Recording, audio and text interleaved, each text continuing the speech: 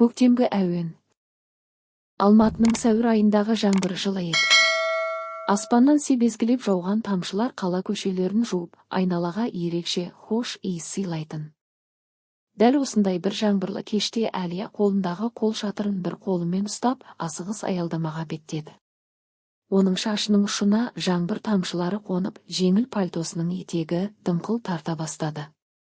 «Кешіріңіз, сіздің қол шатырыңыздың астына тұруға бола ма?»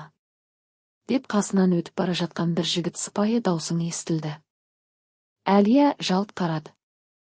Оның алдында бойшаң, үстіне қара плащ киген, қою қастары жаңбырдан сәл дымданған жігіт тұр екен. Көздері жылы, күлімдеп тұрғандай. «Әрине», деп Әлия қол шатырының шетін сәл көтеріп, жігітке ыңғайлап ұсынды. «Рахмет. Аялдамаға дейін бірге барайық». Жігіт қол шатырдың астына кіріп қатарласа жүрді. Жаңбырдың дыбысы екеуінің үнсіздігін жауып тұрғандай көрінді. Бір кезде жігіт өзін таныстырды. «Айдар». «Әлия», деп қыз да күлімсіреді. Екеуі аялдамаға дейін үнсіз жетті. Жаңбыр басылған жоқ. Айдардың автобус күтіп тұрғаны байқалды, ал Әлия жаяу кетпек болды. «Саған рахмет. Қатты жауып тұр екен, әйтпесе су болып қалар едім», деді Айдар. «Ештеңе етпейді», деп Әлия жымиып жауап берді. Айдар сәл ойланғандай болды да, кенет, «Мүмкін тағы кездесерміз?» деп сұрады. Әлия бір сәтке тосылып қалды. Бірақ жүрегі бір түрлі жылып кеткендей болды. Кім білсін? Автобус келді. Айдар қоштасып мініп кетті. Әлия оның алыстап бара жатқанын ұзақ қарап тұрды. Жаңбыр әлі де жауып тұр еді. Бірақ енді бұл жаңбыр салқын емес, жылы секілді сезілді. 2 бөлім. Күтпеген кездесу. Әлия сол күннен кейін Айдарды жиі есіне алатын болды. Бірақ бұл кездейсоқ таныстық жалғасады деп ойламаған. Қала үлкен, адамдар көп. Бір көрген адамды қайта жолықтыру мүмкін емес сияқты көрінді. Бірақ тағдырдың өз жоспары бар еді. Күндердің бір күнінде Әлия университеттен шығып сүйікті кафесіне кірді. Мұнда ол жиі келетін, бір бұрыштағы терезе жақта орналасқан үстелде отырып, кофе ішіп, кітап оқығанды ұнататын.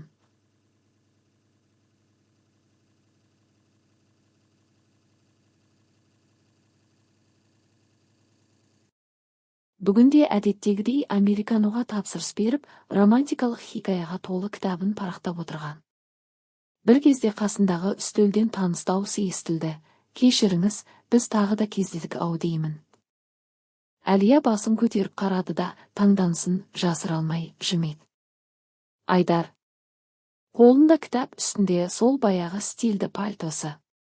«Иә. Бұл кездейсоқтық па, әлде тағдыр ма?» деп Әлия қалжыңдай жауап берді. «Егер сен қарсы болмасаң, тағдыр деп есептейік», деді Айдар күліп. Ол рұқсат сұрап, Әлияның жанына отырды. Біраз әңгімелесіп, бір-бірін жақсырақ тани бастады.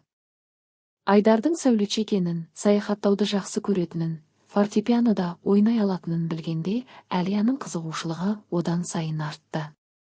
«Фортепианода ойнайсың ба?» деп сұрады ол таңданып. «Иә, кішкентай кезімнен үйренгем. Кейде әуен арқылы өз ойымды жеткізген оңайрақ болады». Әлия үнсіз қалды. Ол да кішкентай кезінде пианинода ойнауды армандаған, бірақ түрлі себептермен үйрене алмаған еді. «Бір күні саған ойнап берем», деді Айдар жұмсақ үнмен. Әлия езу тартты. Оның жүрегінің түкпірінде белгісіз бір жылулық пайда болды. Кеш батып көше шамдары жағылғанда екеуі бірге кафеден шықты. Көктемгі жел жеңіл ғана соғып, аспанда жұлдыздар жылтылдайды. Олар ұзақ серуендеп тағы да кездесуге уәде берді. Бәлкім бұл шынымен тағдыр шығар. Күндер зулап өте берді. Әлия мен Айдардың кездесулері жиілей түсті. Бірге серуендеп кафеде отырып әңгімелесіп, киноға барып, қаланың әсем жерлерін аралады. Әлия бұрын соңды мұндай жайлылықты, мұндай ерекше байланысты ешкіммен сезініп көрмеген еді. Бір күні Айдар оған тосын сый дайындады. Маған кешке уақыт бөле аласың ба? Деп сұрады ол телефон арқылы. Әрине, деп жауап берді Әлия. Айдар оны кешкі 8-де қала орталығындағы шағын концерт залына шақырды.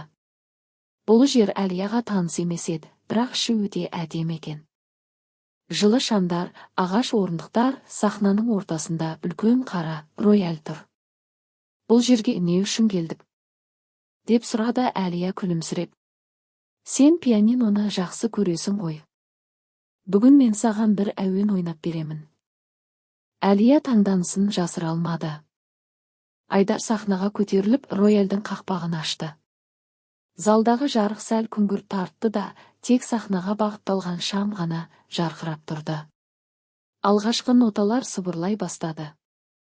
Әуен өте нәзік, бір жағынан мұңды, бірақ жүректі жылтарлықтай әсерлі еді. Әлия көзіне еріксіз жас алды. Бұл сөзбен жеткізе алмайтын сезімдердің музыка арқылы айтылған нұсқасы болатын. Айдар соңғы нотаны басып үнсіз отырды. Әлия терең дем алды да, жай ғана.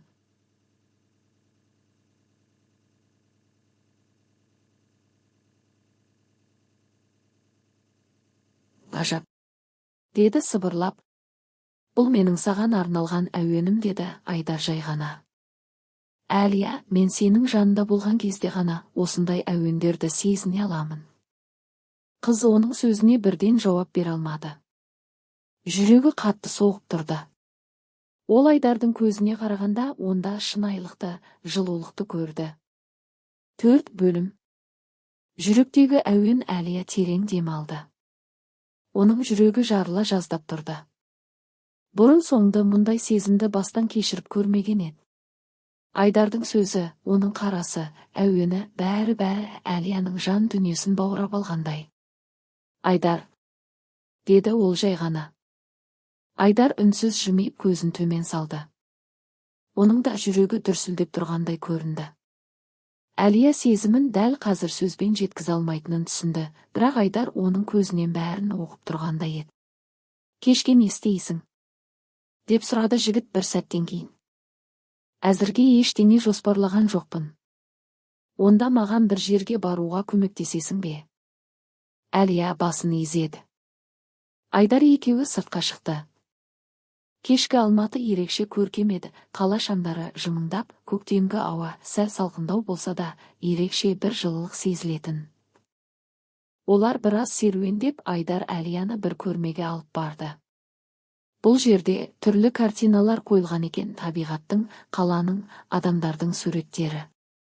Бірақ бір картина Әлияның назарын ерекше аударды. Онда жаңбыр астында қол шатыр ұстаған 2 адам бейнеленген еді. Саған таныс көрініс емес пе? Деп күлімсіреді Айдар. Әлия бір сәт ойланып қалды да күліп жіберді. Бұл біздің алғашқы кездесуімізге ұқсайды. Дәл солай, деді Айдар. Сенің арқасында мен сол жаңбырды жылы сезіндім. Әлия оның сөзін естігенде жүрегі езіліп кетті. Ол сезімін жасыра алмады. Айдар, мен айтпай-ақ қой. Мен бәрін білемін, деді жігіт жай ғана. Ол қолын созып Әлияның алақанын өзінікіне алды. Қыз жігіттің алақанының жылуын сезді, ал жүрек соғысы тіпті жиілей түскендей. Бәлкім, біздің кездесуіміз шынымен тағдыр шығар, деді Айдар сыбырлап.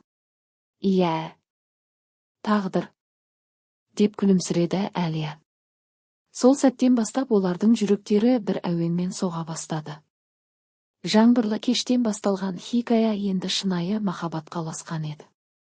Айдар мен Әлияның қарым-қатынасы күн өткен сайын тереңдей түсті. Олар бірге өткізген әрбір сәтті бағалап, өмірлерін әдемі әуенге ұқсататын. Бірақ өмір тек романтика мен бақыттан тұрмайтынын екеуі де жақсы түсінетін еді. Бір күні Әлия университеттен шығып Айдарға хабарласуға асықты. Бірақ телефон тұтқаның ар жағында басқа бір әйел адамның дауысы естілді. Кешіріңіз, өмірдің иесі қазір сөйлесе алмайды. Әлияның жүрегі дір ете қалды. Бұл кім? Неге Айдар өзі жауап бермеді? Деген ойлар мазасын алды. Ол алаңдай бастады. Бірақ өзін сабырға шақырып, кешке дейін күтуді ұйғарды. Кешкісін Айдар өзі хабарласты. Даусы шаршаңқы шықты. Кездесейікші, деді ол.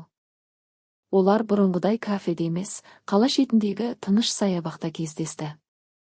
Айдардың жүзі әдеттегіден өзгеше көрінді, әлде қайда ойлы, алаңдаулы. Бірдеңе болды ма? Деп сұрады Әлия. Айдар ауыр күрсінді. Әлия, мен саған бір нәрсе айтуым керек. Қыз үнсіз бас изеді. Менің анам. Менің басқа бір қызға үйленгенімді қалайды. Әлияның денесі мұздап кетті. Не? Ол менің сені жақсы көретінімді білмейді. Тіпті білсе де, бәрібір қарсы болар еді. Бала күнімнен бері маған өзіне ұнайтын қызды таңдап қойған. Бірақ сен мені жақсы көресің ғой, деді Әлия даусы дірілдей. Әрине. Айдар оның қолын ұстап көзіне қарады. Бірақ менің отбасым өте дәстүршіл. Анам менің өз таңдауыма көнгісі келмейді. Ал сен не істемексің?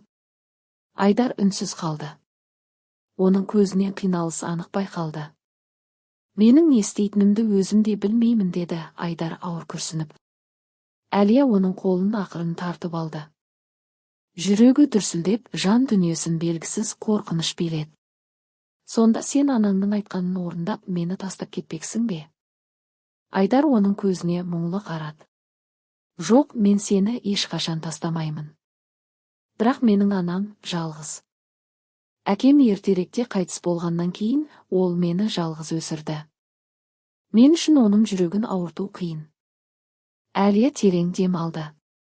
Бұл жағдайды ол да түсініп тұр. Анасының баласы үшін алаңдап, оның өмірін өз қалауынша бағыттағысы келетіні заңды. Бірақ махаббатты құрбан ету дұрыс па? Айдар, мен сені жақсы көремін.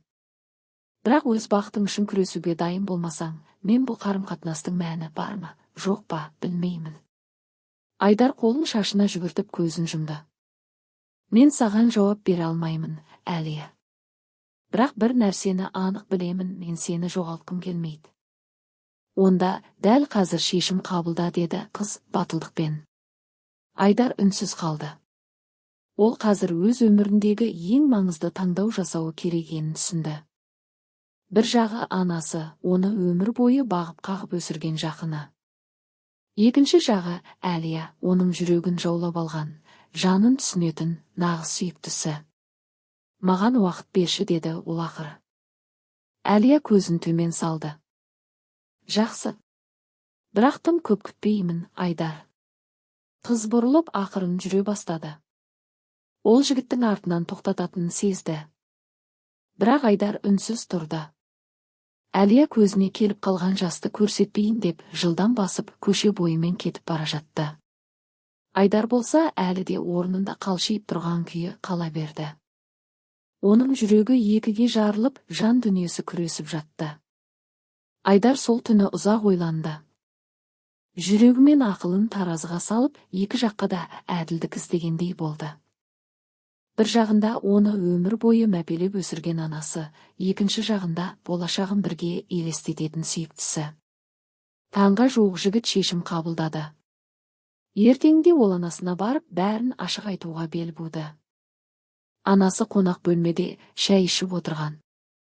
Айдар есіктен кіре сала, оның жанына келіп отырды. Анашым, мен сені қатты сыйлаймын. Сен үшін бәрін жасауға дайынмын. Бірақ бір нәрсені түсінуіңді қалаймын, мен өз махаббатымнан бас тарта алмаймын. Анасы көзін көтеріп, ұлына ұзақ қарады. Менің таңдауыма қарсы шығып тұрсың ба? Мен сенің айтқаныңмен жүруден бас тартамын. Өйткені мен Әлияны сүйемін. Бөлмеге ауыр тыныштық орнады. Анасы шын аяғын орнына қойып, ауыр күрсінді. Сен менің жалғызымсың, Айдар. Мен сені жаман болсын демеймін. Бірақ ана жүрегі баласына тек жақсылық тілейді. Менің бақытым Әлияның жанында, анашым. Анасы тағы біраз үнсіз қалды. Кейін көзін жұмып, басын изеді.